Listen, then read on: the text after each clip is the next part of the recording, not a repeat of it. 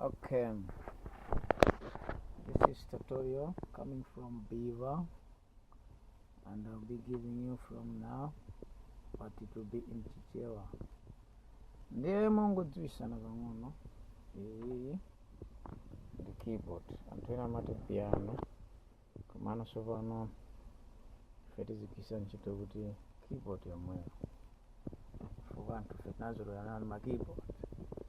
Ndiye tuchipoyatsira ndi apa pali button lofiira apa ane vandalira yake apo timishira mpomwepa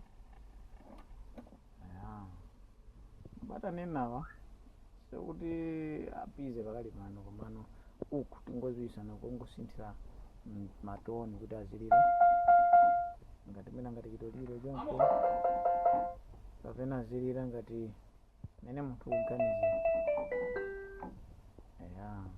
ndeno amasintha apa mukaona amasintha amenewo. Yes, pakano pene munthu kuganiza zokuti chinthu changachi chimveke chonchi. Ndi zinthu zinazi tikhabe tikuziwisana kusogoloku, koma pakali panopa tingoziwisana kuti kodi mana zinthu izizi ndizichani, mayina ake ndizichani. Ndiye ndi cholembera apa tizilemba kuyambira poyambirira apa uchu ameneyu ndi C, ndechoka amene papa tipita apa D,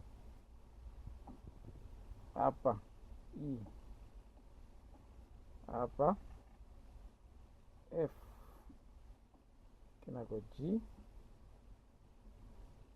kenako A, ndino tifika apa B. Tikati tamaliza ndeti tikamafikaso apa tikuyambiraso 1 ngati C.